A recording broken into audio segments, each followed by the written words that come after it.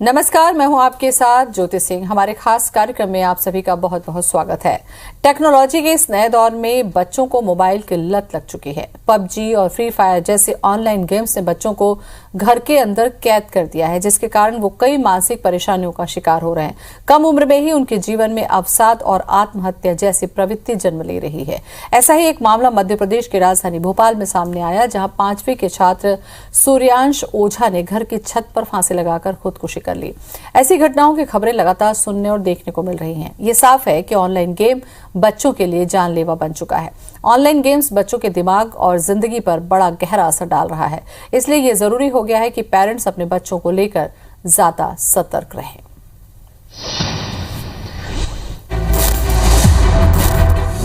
Online game ने ली जान, 11 साल के मासूम ने लगाई फांसी। सावधान, रडार पर आपका भी नौनिहाल। जी हां, भोपाल में ऑनलाइन गेम के शौक ने एक बच्चे की जान ले ली। बजरिया क्षेत्र के शंकराचार्य नगर में रहने वाले 11 साल के सूर्यांश ओझा ने अपने ही घर की छत पर फांसी लगाकर आत्महत्या कर ली। शुरुआती जांच में यह खुलासा हुआ है कि सूर्यांश कई दिनों से ऑनलाइन गेम फ्री फायर खेल रहा था। परिजन ने कई बार समझाइश भी दी थी, लेकिन उसे ऑनलाइन गेम की ऐसी लत लगी थी जिसके लिए वो 6000 से ज्यादा रुपए खर्च कर चुका था। इसकी जानकारी परिजन को नहीं थी। बुधवार को सूर्यांश अपने चचेरे भाई के साथ किसी काम से घर की निचली मंजिल पर गया। तभी सूर्यांश छत पर पहुंचा और लोहे की रॉड में तार बांधकर फंदे पर लटक गया। जो बच्चा है वो एक गेम खेलने का काफी उसको शौक था और काफी समय से वो ये गेम खेल रहा था। इसके संबंध में परिजनों से जानकारी प्राप्त की गई तो पता चला कि माता पिता द्वारा कई बार बच्चे को समझाया गया कि ये गेम ना खेला जाए, क्योंकि जिस तरह के उसका बिहेवियर था, जिसमें पढ़ाई में भी उसका मन नहीं लगता था, और वो गेम को माता पिता ने उसके मोबाइल से डिलीट भी करवाया था। भोपाल की ये घटना इकलौती नहीं है। इससे पहले भी ऑनलाइन गेम के चक्कर में बच्चे सुसाइड कर चुके हैं। जाहिर है पबजी, फ्री फायर जैसे ऑनलाइन गेम ट्रेंड में है, जिसके आदी होकर बच्चे आत्महत्या जैसे घातक कदम उठा लेते हैं। ब्लू व्हेल जैसे खतरनाक ऑनलाइन गेम का नतीजा सब देख चुके हैं। दरअसल कोरोना के खतरे के बीच ऑनलाइन क्लासेस की वजह से बच्चों के हाथों में मोबाइल और लैपटॉप देना पेरेंट्स की मजबूरी है, लेकिन घर के बड़ों के लिए एक चुनौती भी कि वो बच्चों को इसके गलत उपयोग के लिए रोकें। ऐसे में जब मोबाइल और सोशल मीडिया को घर में पूरी तरह से बैन नहीं किया जा सकता, तो जरूरत है कि पेरेंट्स अपने बच्चों को लेकर ज्यादा सावधानी बरतें, क्योंकि जरा सी लापरवाही और चूक उनके लाडले को वर्चुअल ट्रैप में फंसा सकती है। Bureau report, IBC 24। और इसी पर चर्चा करने के लिए आज हमारे साथ जुड़ रही हैं मनोचिकित्सक डॉक्टर सुरभि दुबे। डॉक्टर सुरभि, सबसे पहले बहुत बहुत स्वागत है आपका कार्यक्रम में। नमस्कार। डॉक्टर सुरभि, इस तरीके के जो मोबाइल गेम्स हैं जिसमें बच्चा खुद को एक्टिव कर लेता है और उसको लत लग जाती है धीरे धीरे, इस गेम में ये देखा गया कि पैसों की जरूरत पड़ती है, उसके लिए बच्चे गलत रास्ते में ही जाते हैं। लेकिन इसकी शुरुआत कब होती है? सबसे पहले यही देखना होगा, क्योंकि माता पिता बड़े खुशी से बताते हैं जिस समय छोटा उनका बच्चा मोबाइल लेता है, सारे एप्स एक्टिवेट करता है, खेलता है, तो उस समय बच्चे को मोटिवेट किया जाता है इस तरीके की चीजों के लिए। क्या आपको लगता है कि यही समय सही समय होता है अपने बच्चों को नजर रखने की? बिल्कुल, आपने सही कहा मैम। देखिए, सबसे पहले ये है कि हम खुद ही अपने बच्चे के हाथ में मोबाइल पकड़ाते हैं, तो मोबाइल एक गलत चीज नहीं है। मोबाइल से आजकल कनेक्टिविटी इतनी बढ़ गई है। हम स्काइप के थ्रू आज एक इंटरव्यू कर रहे हैं आपके साथ। देश दुनिया पूरा एक कर दिया है इंटरनेट ने। पर दिक्कत यह है कि हर टेक्नोलॉजी का एक सही उपयोग होता है और एक गलत उपयोग होता है। तो जहां ये उपयोग गलत रास्ते पे जाने लगता है तो वो हानिकारक सिद्ध हो जाता है ना। अभी इंटरनेट गेम्स है, इसके बहुत पहले वीडियो गेम्स हुआ करते थे। जैसे अभी हम देख रहे हैं कि बच्चे धीरे धीरे आजकल जो ऑनलाइन स्टडीज हो रहे हैं, ऑनलाइन क्लासेस हो रही हैं, ऑनलाइन पूरा बच्चों का कोविड सीजन में हर चीज ऑनलाइन हो रही है, तो आप बच्चे से मोबाइल ले भी नहीं सकते हैं। पर यह है कि हमें एक सुपरविजन रखना बहुत जरूरी है।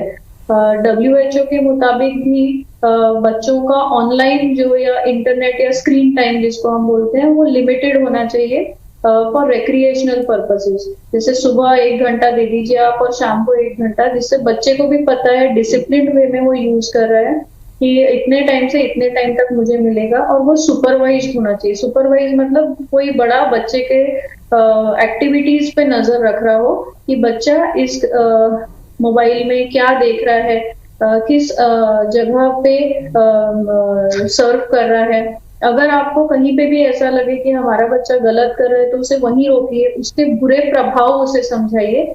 बस ये नहीं कि नहीं करना, क्यों नहीं करना ये भी हमें बताना बहुत जरूरी है, क्योंकि ये जनरेशन जो है बहुत स्मार्ट है, वो हर चीज के लिए क्वेश्चन करते हैं कि क्यों नहीं करना।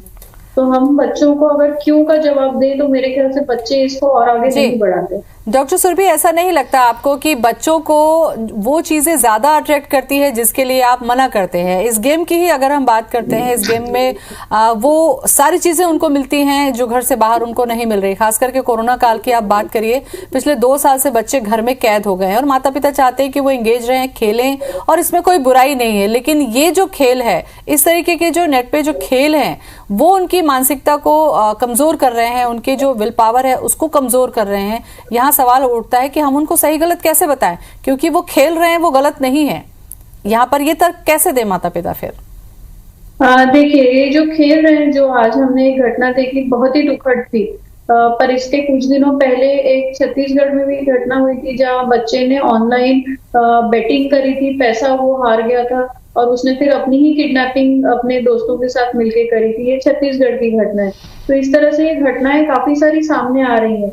इसमें हमें ये देखना जरूरी है कि कौन सा बच्चा इन आदतों में पड़ रहा है ना, क्योंकि इंटरनेट तो अमूमन सभी यूज कर रहे हैं, पर कुछ बच्चे ऐसे होते हैं जिनको इसका एडिक्शन होने लगता है। एडिक्शन का मतलब क्या होता है कि आपको इसकी आदत लग गई है। अगर हम बच्चों से मोबाइल ले लेते हैं तो बच्चे चिड़चिड़े हो जाते हैं, उन्हें मोबाइल यूज करने का मन करने लगता है, उन्हें और चाहिए इस तरीके से।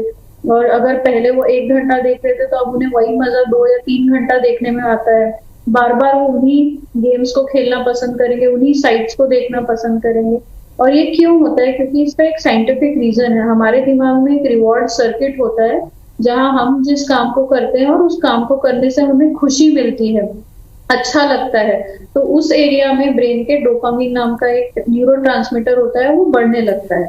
तो ये कारण है कि हमें नशे की, और वो कोई भी नशा हो सकता है, खाली इंटरनेट में कोई भी नशा हो सकता है, तो वो आदत इस कारण से पड़ती है।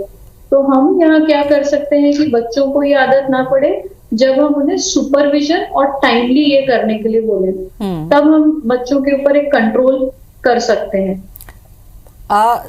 दूसरी जो बहुत महत्वपूर्ण बात इसमें डॉक्टर सुरभि ये होगी कि हर एज ग्रुप का एक अलग मेंटल स्टेटस होता है। छोटे बच्चे जो हैं वो ऐसे इस तरीके के रोमांचकारी गेम को पसंद करते हैं, जो थोड़े उससे बच्चे बड़े रहते हैं उनको किसी और तरीके की सीरीज है या खेल है उनकी लत लग जाती है। ऐसे में ये किस तरीके से माता पिता को सोचना होगा कि उनकी एज पे जाकर हम उनको उस लेवल तक समझा पाएं? क्या पेरेंट्स यहाँ पर इस तरीके की पेरेंटिंग नहीं कर पा रहे हैं या इस तरीके की बातें उनको कन्विंस नहीं कर पा रहे हैं? क्या हमें अपने आप को ही थोड़ा सा देखना होगा, सुधारना होगा? हाँ बिल्कुल मैम, देखिए सबसे इम्पोर्टेंट ये है कि जो टीनेज ग्रुप है, जो हमारे सामने घटनाएं आ रही है, वो सब टीनेजर्स और 8-9 साल के बच्चों से लेके 16-17 साल के बच्चे ये सब चीजें कर रहे हैं। तो ये जो टीनेज ग्रुप है वो नॉवेल्टी सीकिंग होता है, उसे नयापन चाहिए, उसे एक्साइटमेंट चाहिए, वो अपनी पर्सनैलिटी डेवलप करना शुरू कर, कोई नहीं जानता है ना। उन्हें ऐसा चीज चाहिए जो उनके ईगो को बूस्ट करे, उनका सेल्फ एस्टीम बढ़ाए। ये इस एज ग्रुप में हम दोस्तों से कंपेयर करने लगते हैं, है ना, कि उसके पास ऐसा है तो मेरे मम्मी के पास क्यों नहीं है, मेरे पापा के पास ये है तो तेरे पास तो नहीं है। ये बातें बच्चों में चलने लगती हैं।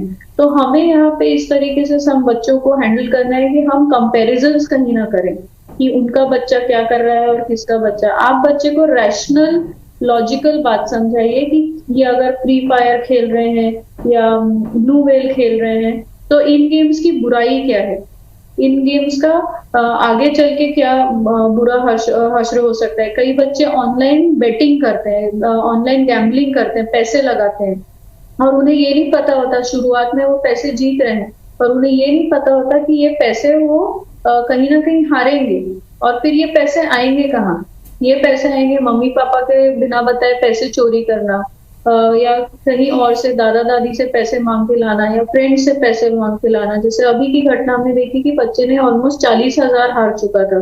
तो इसमें हमें ये देखना जरूरी है कि ये बच्चे पैसे ला कहाँ से रहे हैं, क्योंकि मम्मी पापा तो किसी के देंगे नहीं कि जाओ आप ये काम करो। तो यहाँ पे ये देखना है कि बच्चे सजेस्टेबल भी हो जाते हैं। सजेस्टेबल मतलब कोई हमें बोलता है और हम यहाँ बिना सोचे समझे उस चीज को मजे के लिए फॉलो करने लगते हैं। तो हमें बच्चों को ये भी समझाना बहुत जरूरी है कि बेटा आप इन लोगों की जो हमें वर्गलाते हैं, गलत राह पे ले जाते हैं, तो इन लोगों के उसमें झांसे में पड़ना नहीं है। आप मम्मी पापा से शेयर करिए उस चीज को, और अगर कहीं पे भी ऐसा लग रहा है कि मम्मी या पापा डांट रहे हैं तो वो आपके भले के लिए है, वो आपको नीचा दिखाने के लिए या आपको बुरा लगे इसलिए नहीं है।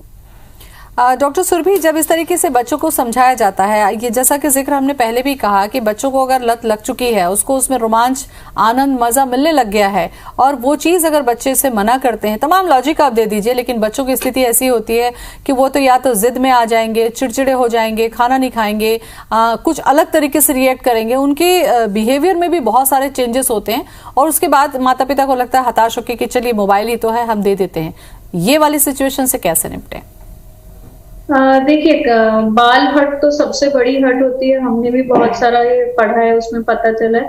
पर बच्चों की जिद कहाँ तक सही है और कहाँ गलत है, एज पेरेंट्स हम ही लोग डिसाइड करेंगे। जहां आपको लगे कि ये जिद उनके लिए हानिकारक है तो हमें उसमें झुकना नहीं है, रादर हम उसको बीच का एक सोल्यूशन निकाल सकते हैं। थोड़ा सा स्ट्रिक्ट पेरेंटिंग जरूरी है। बहुत जगह हमने देखा है कि आजकल पेरेंटिंग जो है वो स्ट्रिक्ट नहीं है। बच्चे ने मांगा और मम्मी पापा सोचते हैं अरे इतना रो रहा है चलो दे दिया जाए, है ना। तो वो स्ट्रिक्ट पेरेंटिंग नहीं हुई।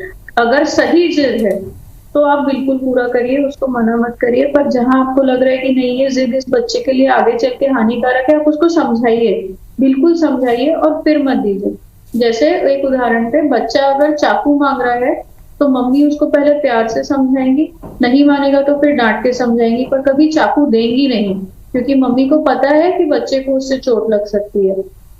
तो बस यही लॉजिक जो है मोबाइल, टीवी या ऑनलाइन जो गेमिंग गैम्बलिंग चल रही है उस पे भी रहेगा कि जहां आपको लगे कि बच्चा नहीं मान रहा है तो फिर आप एक प्रोफेशनल हेल्प भी ले सकते हैं। आप काउंसलर से बात करिए, साइकाइट्रिस्ट से बात करिए। आजकल अमूमन हर स्कूल में काउंसलर्स रहते हैं, तो आप वो चीजें डिस्कस करिए। बिल्कुल, ये एक अहम बात आपने कही डॉक्टर सुरभि, क्योंकि कई बार ये होता है कि जैसा इस केस में भी हुआ कि माता पिता बहुत स्ट्रिक्ट हुए और उन्होंने डांटना शुरू किया और वो इतना ईगो में हर्ट हो गया छोटे से बच्चे का कि उसने सुसाइड कर लिया। तो ऐसी स्थिति से भी पेरेंट्स डरते हैं कि कहीं हमारी किसी बात का बुरा लग गया बच्चों को और बच्चा कहीं खतरनाक कदम ना उठा ले। तो बहुत ही बारीक और बहुत ही महीन ये रेखा होती है जहां से पेरेंट्स को समझना होता है। क्या कुछ उपाय के तौर पर हम कर सकते हैं? क्या ये जरूरी है कि हम मोबाइल में गेम से इंट्रोड्यूस ही बच्चों को ना कराएं, या फिर बच्चों के साथ में फिजिकल गेम आप घर के लोग ही खेलें, या जॉइंट फैमिली में हमने देखा, क्योंकि ये जॉइंट फैमिली का ही पूरा मामला था, जॉइंट फैमिली में भी बच्चे कई बार खुद को अकेला महसूस करते हैं और इस तरीके के गेम्स का सहारा लेते हैं। क्या उपाय करें? बिल्कुल, सबसे इम्पोर्टेंट ये है मैम कि बच्चा अभी से अकेला महसूस कर रहा है या काफी लंबे समय से कर रहा है। तो as parents, care givers, family members, हमें ये ध्यान देना है कि बच्चे का शुरू से ही वो अकेला रहना पसंद करता है या जब से उसको ये गेमिंग की लत लगी है तब से वो अकेला रहने लगा है, सबसे अलग रहने लगा है। तो कुछ कुछ वार्निंग साइंस होती हैं जो as care givers, family members हमको ध्यान देना है कि बच्चा चिड़चिड़ा हो रहा है, खान पान पे ध्यान नहीं दे रहा है, रात में जग के मोबाइल खेल रहा है या स्टडीज में ध्यान नहीं दे रहे हैं, अकेला रहना पसंद कर रहे हैं, किसी से इंटरेक्शन नहीं कर रहे हैं, चिड़चिड़े हो रहे हैं, माँ बाप से बदतमीजी कर रहे हैं। अगर ये सब आपको कहीं भी लगे या ऐसा लगे कि ये जो पुराने फ्रेंड्स थे उनसे ना मिलके नई फ्रेंडशिप्स बन रही हैं, तो आप थोड़ा ध्यान देइए वार्निंग साइन से। दूसरा जो हम पूरे एपिसोड में डिस्कस कर रहे हैं कि एज पेरेंट्स हमारा इन्वॉल्वमेंट बच्चों के साथ बहुत मस्ट है। हमें उनकी एक्टिविटीज ट्रैक करना बहुत जरूरी है कि वो क्या कर रहे हैं। अगर ऑनलाइन भी कुछ वो एक्टिविटी कर रहे हैं तो वो क्या चल रही है एक्टिविटी। कुछ कुछ गेम्स बहुत डेंजरस होते हैं तो उन्हें भी हमें डिलीट करवाना है, बच्चों को समझा के कराना है कि हम ये क्यों कर रहे हैं। दूसरा, इंटरैक्टिव गेम्स भी होते हैं, जहां तक वो बच्चों को ऑनलाइन गेमिंग से मना ही करें। कुछ कुछ ऑफलाइन गेम्स भी होते हैं जिसमें आपको पैसे की रिक्वायरमेंट नहीं रहती है, फ्री होते हैं, तो आप भी बच्चों के साथ वो गेम्स एंजॉय करिए, तो आपको पता है कि आपका बच्चा क्या खेल रहा है। दूसरा, आजकल हमने देखा है काफी जगह दोनों पेरेंट्स वर्किंग रहते हैं, तो इसमें थोड़ी डिफिकल्टी आ जाती है। हम भी चाहते हैं कि बच्चा मोबाइल खेले, पेरेंट्स भी मोबाइल में अपना व्हाट्सएप में और इंस्टाग्राम में बिजी हो जाते हैं, तो सब एक ही घर में एक एक मोबाइल पकड़े बैठे रहते हैं। तो कहीं ना कहीं हमें एक मोबाइल या इंटरनेट या ऑनलाइन डिटॉक्सिफिकेशन की बहुत जरूरत है। जैसे जब फैमिली टाइम है तो बच्चा भी मोबाइल ना यूज करे, पेरेंट्स भी मोबाइल ना यूज करें, तो एक इंटरैक्टिव सेशन होता है। जैसे आपने पूरे दिन में क्या किया ये डिस्कस करना शुरू करें बच्चे से, अपनी कुछ पॉजिटिव चीजें शेयर करें बच्चे से, अपने एग्जाम्पल्स दें कि हम जब ऐसे करते थे तो इस तरह से उसका बैड इफेक्ट पड़ा। तो इस तरह से आप बच्चे को डांट भी नहीं रहे हैं और एक तरीके से स्टोरी टेलिंग के तौर पर आपने उसे सही बात भी सिखा दी। तो जैसे हम पहले देखते थे कि हमारी कुछ जातक कथाएं होती थी, बच्चों को हम उसे सिखाते थे, चंदा मामा में कुछ कथाएं होती थी जो मॉरल बेस्ड स्टोरीज होती थी, तो उससे बच्चे में मॉरल वैल्यूज बढ़ती थी। बच्चे को ये बताना चाहिए कि कहाँ आपकी जो वो एक फाइन लाइन सही और गलत की होती है, किस तरह से बच्चा वो क्रॉस करके गलत हो जाए।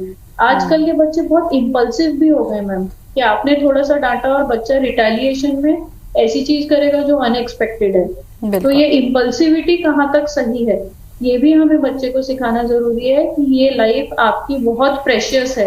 डॉक्टर सुरभि, ये तमाम चीजें पेरेंट्स मान लीजिए बच्चों को समझा भी रहे हैं लेकिन उनको लग रहा है कि इसका कोई असर नहीं पड़ रहा है। इसके बाद हमने ये देखा है कि साइकियाट्रिस्ट को कंसल्ट करना नहीं चाहते क्योंकि उनको लगता है ये तो बच्चा है, बच्चे की सामान्य हरकत है। मनोरोग के लेकर जाना इसका मतलब कहीं ये ना समझे कि बच्चे को कोई मानसिक बीमारी है।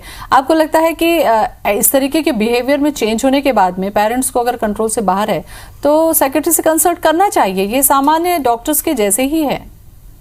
एब्सोल्युटली मैम, अगर आप साइकियाट्रिस्ट के पास जाने में असहज महसूस कर रहे हैं और मन में कई भ्रांतियां हैं तो हमें बता दें कि जैसे शरीर के बाकी अंग हैं, दिमाग भी सबसे जरूरी अंग है।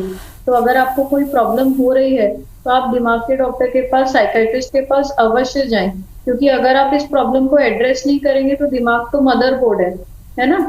अगर दिमाग आपका सही जगह काम नहीं करेगा तो आप पूरा कोई काम नहीं कर पाएंगे, है ना। तो ये और दिमाग ही हर चीज कंट्रोल कर रहा है, तो उसके डॉक्टर के पास जाना तो अति आवश्यक है। और आपको कहीं भी ये हेजिटेशन है कि मुझे मेरे डॉक्टर के पास नहीं जाना, साइकियाट्रिस्ट के पास नहीं जाना, तो जैसे मैंने पहले भी कहा है कि हर स्कूल में आजकल काउंसलर्स होते हैं, चाइल्ड गाइडेंस क्लिनिक्स होते हैं, तो आप वहां जा सकते हैं। आप अपने काउंसलर से बात करिए और अगर काउंसलर को या आपके फैमिली डॉक्टर को ऐसा लगता है कि साइकियाट्रिस्ट की जरूरत है तो आपको साइकियाट्रिक हेल्प लेने में भी हेजिटेट नहीं करना चाहिए। जो भी चीज हमारी हेल्थ के लिए अच्छी है वो हम बिल्कुल करेंगे। बिल्कुल। डॉक्टर सुरभि, चूंकि आप एक साइकियाट्रिस्ट हैं, आपसे मैं ये जानना चाहूंगी कि ऐसे केसेस में अगर बच्चे हमारे कंट्रोल से बाहर हैं, हमारी बातें नहीं सुन रहे हैं, उनको बुरी लत लग चुकी है और हम चाहते हैं हमारे बच्चे सुधरें और एक अच्छा स्वस्थ जीवन मानसिक तौर पर भी जिए, तो एज ए साइकियाट्रिस्ट आपको लगता है कि बहुत सुधार होता है क्या काउंसलिंग से, या आपका अपना अनुभव जो है मैं जानना चाहूंगी ताकि एक मैसेज के तौर पर दर्शकों के बीच में जाए वो? देखिए, ये डिपेंड करता है कि कितना सीवियर कंडीशन है। अगर बहुत माइल्ड कंडीशन है तो काउंसलिंग डज हेल्प, पर उसके बाद कहीं ना कहीं आपको साइकियाट्रिस्ट के पास जाना ही पड़ता है, क्योंकि कई बच्चों में चिड़चिड़ापन, गुस्सा, इम्पल्सिविटी, जैसे हमने इस केस में देखा कि बच्चा इतना इम्पल्सिव था कि उसने सोचा समझा नहीं कि मेरे क्या कॉन्सिक्वेंस होगा मेरे एक्शंस का। तो इसमें आपको अगर सही टाइम पे पेरेंट्स, जो मैंने वार्निंग साइंस बताया आपको, अगर हम उसको नोटिस कर लें तो साइकियाट्रिक हेल्प से हम बच्चे का एक अच्छा फ्यूचर जरूर हेल्प बना सकते हैं। चलिए, काफी अहम जानकारी डॉक्टर सुरभि आपने दी, बहुत बहुत शुक्रिया आपका। तो आपने देखा कि ऑनलाइन जो गेम होते हैं वो उसकी लत बच्चों के लिए बहुत खतरनाक हो सकती है। एज ए पेरेंट्स आपको ध्यान रखना होगा कि कहीं आपके बच्चे ऐसे गेम की लत में तो नहीं आ गए हैं, और अगर आ गए हैं तो उन्हें सही समझाइश दी जाए, और अगर उससे ज्यादा स्थिति बनती है तो आप मनोचिकित्सक से संपर्क भी कर सकते हैं, बजाय इसके कि आप अपने बच्चों को नजरअंदाज करें या लापरवाही से अकेला छोड़ दें, ताकि ये गेम जो है वो उनके लिए जानलेवा साबित हो सकता है।